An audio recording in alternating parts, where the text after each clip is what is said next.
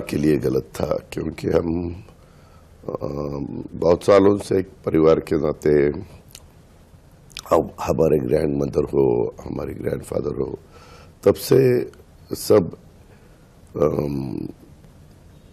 एक फैमिली के नाते सब तो रहते हैं।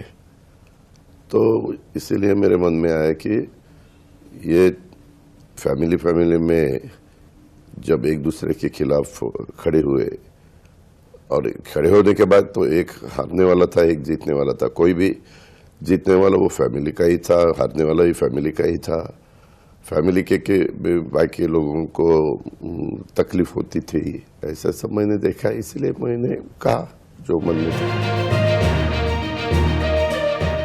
लोकसभा चुनावों में महाराष्ट्र में अजीत पवार की पार्टी एनसीपी को मिली हार के 2 माह बाद पार्टी अध्यक्ष और राज्य के उप मुख्यमंत्री अजीत पवार ने अपना रुख अब बदल लिया है और इस साल अक्टूबर में होने वाले राज्य विधानसभा चुनावों से पहले मतदाताओं के साथ तालमेल बिठाने के लिए एक अलग रणनीति पर काम कर रहे हैं। अजीत पवार ने राजनीतिक गलियारों में अपने बयान से हलचल मचा दी है। उन्होंने ये स्वीकार किया है कि लोकसभा चुनावों में बारामती से अपनी चचेरी बहन सुप्रिया सूले के खिलाफ अपनी पत्नी सुनेत्रा पवार को मैदान में उतारकर उन्होंने गलती की है।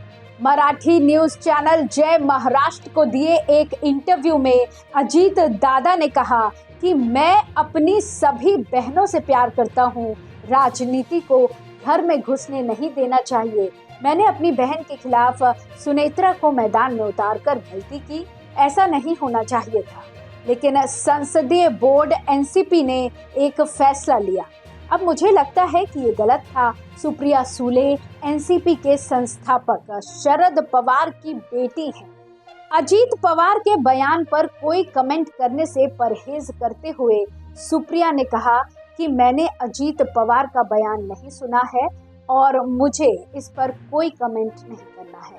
बीते साल अजीत पवार ने की शरद पवार से बगावत।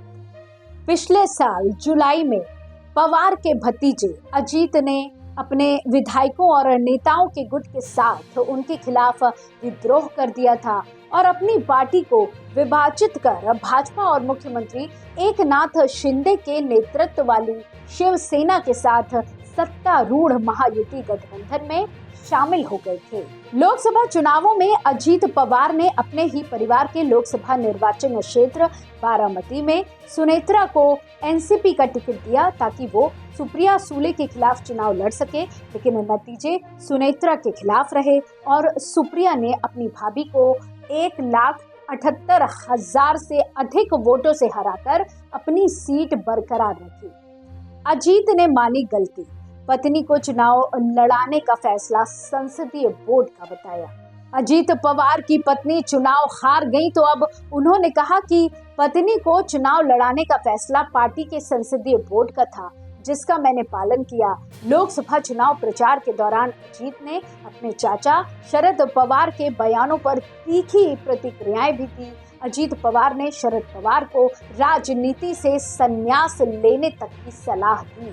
भाजपा के नेतृत्व वाले एनडीए के पाले में धकेलने का आरोप लगाकर उनके राजनीतिक अतीत के रहस्य को उजागर करने की कोशिश की। एनसीपी के कार्यकारी अध्यक्ष प्रफुल्ल पटेल लिखेंगे किताब। एनसीपी के राष्ट्रीय कार्यकारी अध्यक्ष प्रफुल्ल पटेल ने किताब लिखने की चेतावनी दी है, जिसमें कई राज उजागर करने की बातें होंगी। जबकि पार्टी की राज्य इकाई के प्रमुख सुनील तटकरे ने पवार से सवाल किया कि अजीत पवार को सीएम बनने का मौका क्यों नहीं दिया गया।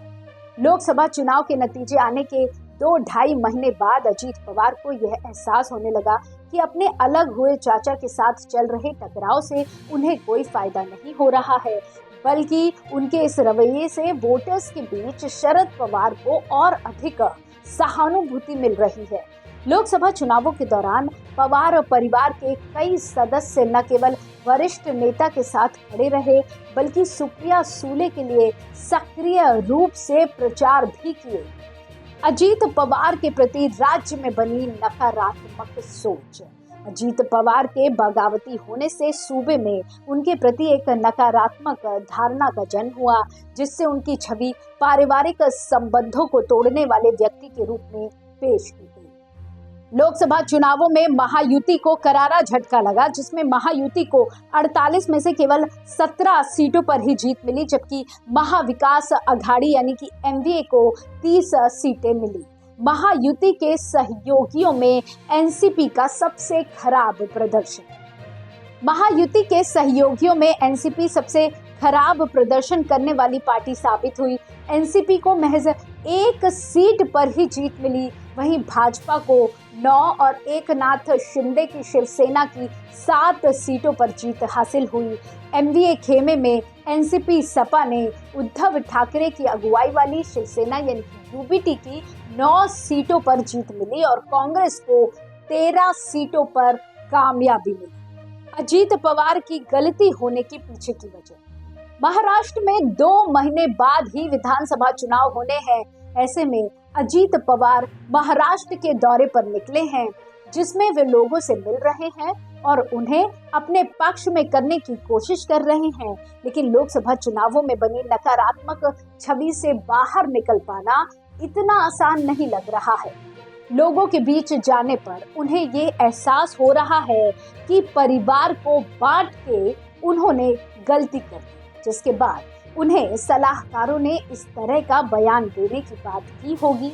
ऐसा लगता है कि लोगों के बीच जब अजीत पवार पहुंच रहे होंगे तो उन्हें वो सम्मान अब नहीं मिल रहा होगा, जो सम्मान चाचा शरद पवार के साथ रहने पर मिलता था। गौरतलब है कि अजीत पवार की असली अग्नि परीक्षा तो विधानसभा चुनावों के दौरान ही होगी, जब वे अपने दम पर विधानसभा में अपनी हनक दिखाने की कोशिश करेंगे। अभी तो जिन विधायकों को लेकर अपने साथ गए हैं, वे शरद पवार के नेतृत्व वाली एनसीपी से चुनकर आए थे। अब अजीत पवार के नेतृत्व वाली एनसीपी से अब कितने विधायक जीतने में कामयाब हो पाएंगे, ये तो भविष्य ही बताएगा। लेकिन इतना तय है कि शरद पवार के रहते अभी अजीत पवार उस स्थिति में नहीं पहुंच पाएंगे जो शरद पवार के समय में थे।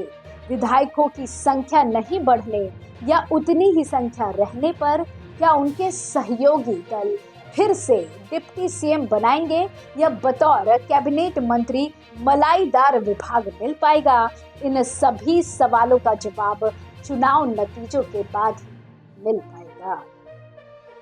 इसी तरह की और राजनीतिक खबरों के लिए आप जुड़े रहिए एयर न्यूज़ के साथ। धन्यवाद।